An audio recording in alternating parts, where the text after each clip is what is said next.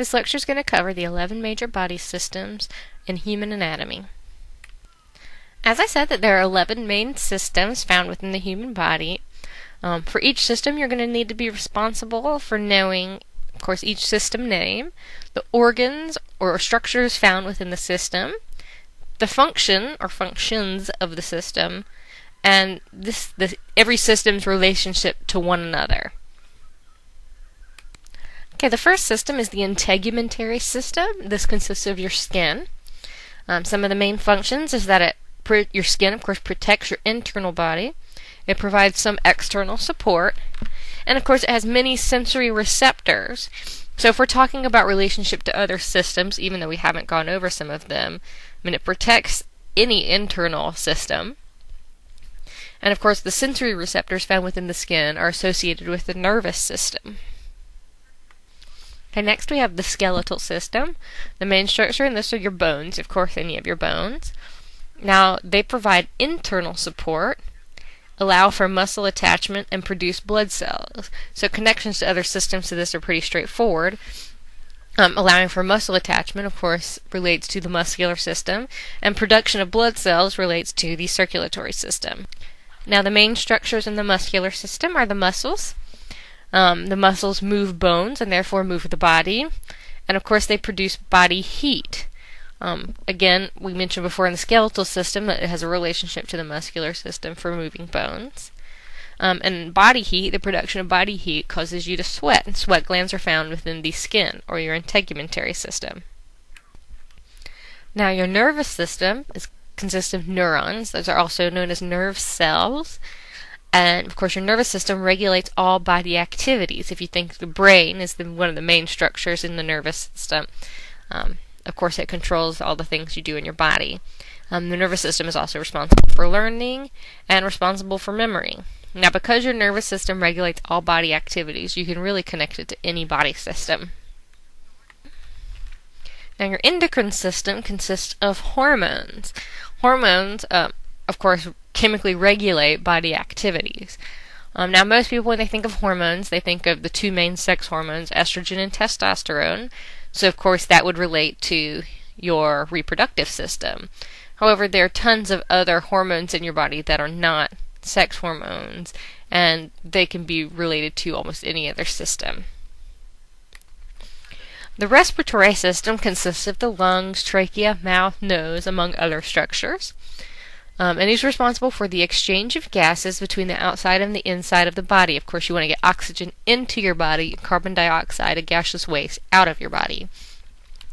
The respiratory system also not only does this gas exchange between the inside and the outside of your body, but it gets gas molecules into the blood, the oxygen that needs to be circulated throughout your body for proper function.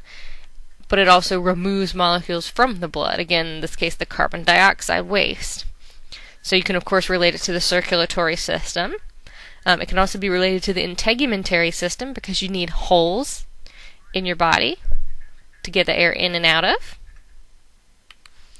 The circulatory system consists of the heart, blood vessels, things along those lines.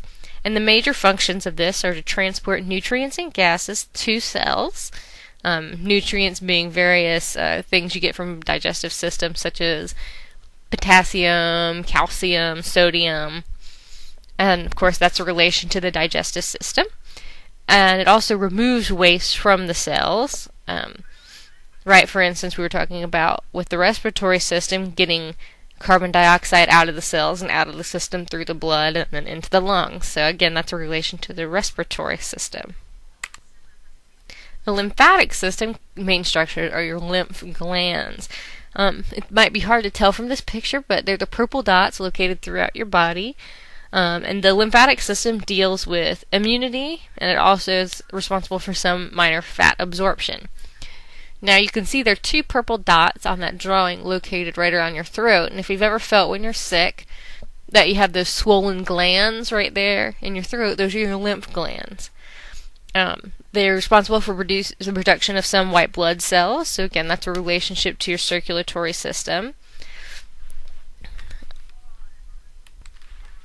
The digestive system Some of the main structures are the stomach, the esophagus, and the intestines. There are other structures as well. It is responsible for the breakdown of food materials and then the absorption of food materials. So you can relate this to your integumentary system because there has to be a hole in your body to get the food matter into your body. Muscular system also helps break down that food. And then the absorption of food materials is what we were talking about with the nutrients in the circulatory system. The digestive system has to absorb certain nutrients into the bloodstream so they can go to the rest of your body for proper function. Now, the urinary system is also sometimes known as the excretory system, and this consists of your bladder, kidneys, and liver. You'll note that it does not mention anything about the rectum or the anus, so those are technically part of the digestive system. Now again, the urinary system's main function is to maintain the balance of chemicals in your body. Again, you can relate this to integumentary because you have to have a hole for your body to get rid of the wastes. Also muscular system because you do have muscle control, right? You do not just urinate whenever, wherever. And the brain, of course, regulates this system. Okay, the final body system is the reproductive system. Most people are fairly familiar with this. Of course, some of the structures in the female are the ovaries, uterus, fallopian tubes, and vagina.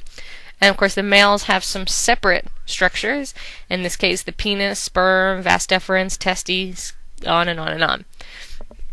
And the main function of this is the reproduction of species. We've already tied the reproductive system in with the endocrine system, right, because of the sex hormones, estrogen and testosterone. You could also tie this in with the integumentary system. We keep going back to this because you have to have a hole in your body to reproduce and also give birth. You can relate it to the muscular system in terms of childbirth because there has to be pushing and muscular control to get the baby out. And that wraps it up for body systems. You will need to know all of this and relations for both a quiz and a graphic organizer assignment. So I hope you're taking notes and paying attention.